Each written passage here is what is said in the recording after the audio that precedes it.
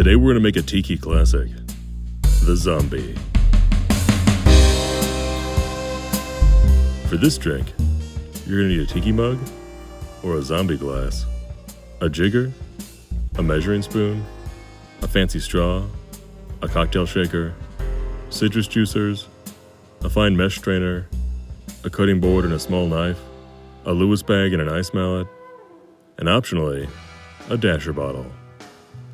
This drink uses Gold Cuban-Style rum, dark Jamaican rum, 151 Demerara rum, absinthe, Falernum, Grenadine, cinnamon syrup, freshly squeezed grapefruit juice, freshly squeezed lime juice, aromatic bitters, and mint for garnish.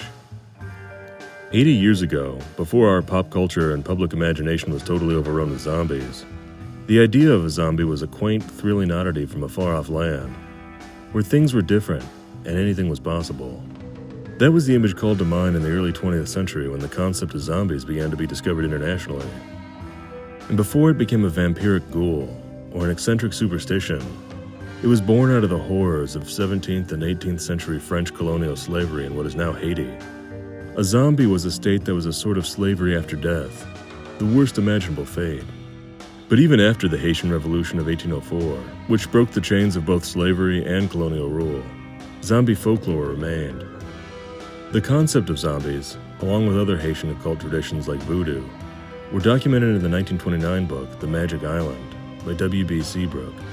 This is not the first time the word zombie appeared in print in English, but it helped popularize it outside of Haiti. And 3 years later, the term got another boost with the first zombie movie. White Zombie was a pre-Hays Code film that starred Bela Lugosi and was based loosely on Seabrook's book. Zombie, the living dead.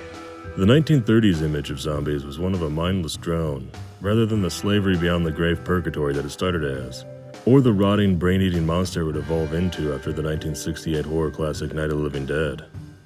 So this is the image that came to mind a couple years later in 1934, only months after the end of Prohibition, when Donn Beach came up with the drink, the Zombie, shortly after inventing Tiki culture itself. For the future, monsieur.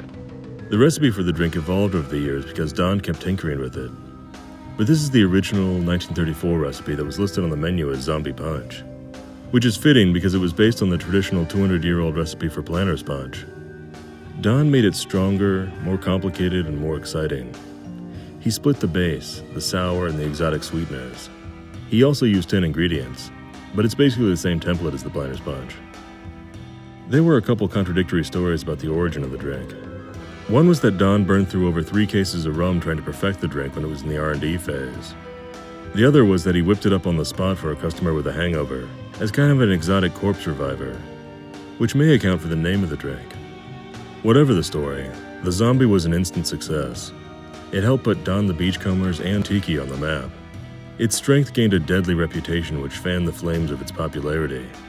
Donn implemented a rule of only 2 zombies per customer. How strictly this was enforced was another matter. The important part was the sense of danger it presented on the menu. It held the title of the most famous Tiki drink for 20 years before it was eclipsed by the Trader Vic's Mai Tai. The Mai Tai was created in 1944, but didn't gain notoriety until the mid-50s. The recipes for a lot of Donn's original creations were protected as trade secrets, and this one was exceptionally well guarded. This led to Donn's competitors having to create their own versions, usually just strong and sour knockoffs, none of them coming close. This ultimately ended up hurting the drink's reputation, and eventually contributed to a waning of its white-hot popularity. Donn's original Zombie was thought to be lost to history for several decades. But luckily for us, Beach Bum Berry was on the case. He spent well over a decade tracking down this recipe, but when he finally got his hands on it, it was written in code. The recipe included an ingredient called Donn's Mix.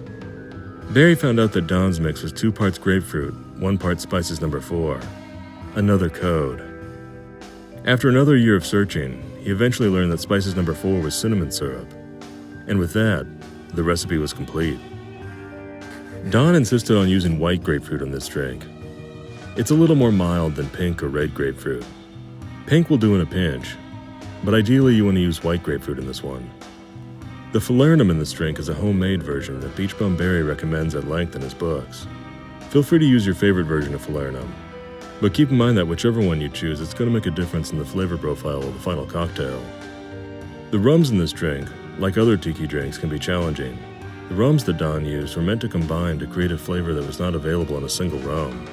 He wanted the drier flavors of the aged Cuban-style rum to be bolstered by the thick fruitiness of the Jamaican rum, and fortified with the charred woodiness of the Demerara. Feel free to use your favorite rums in this one, but this drink was designed to showcase these three specifically.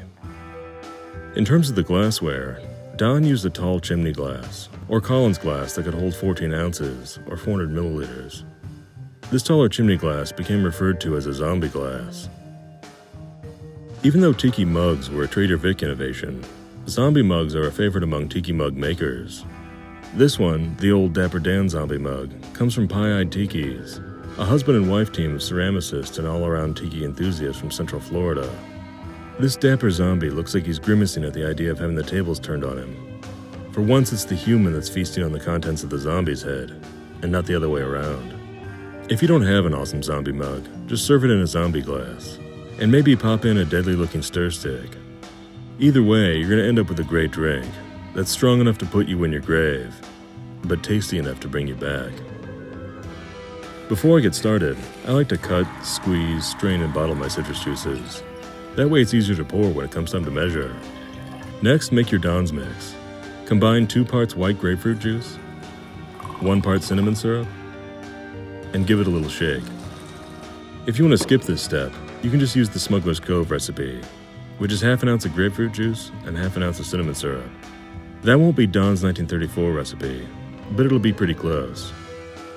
If you make Don's mix and get tired of zombies for some reason, you can use it for some really interesting whiskey sours. Just do 2 parts whiskey, 1 part Don's mix. Then prep your absinthe.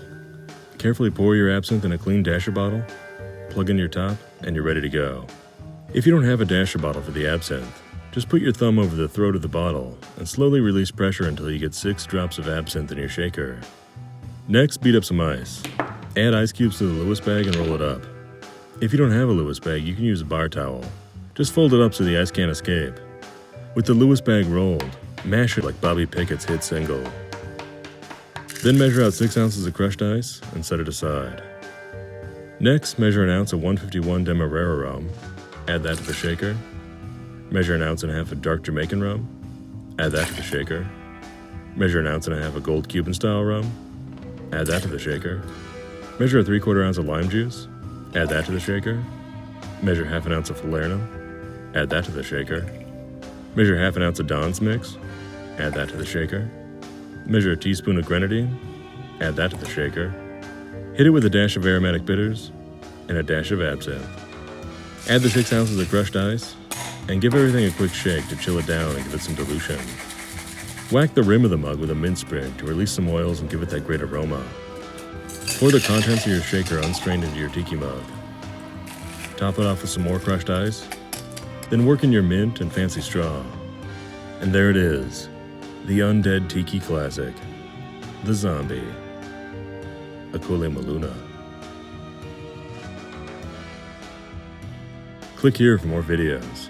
Be sure to subscribe and check us out on Facebook, Twitter, and Instagram.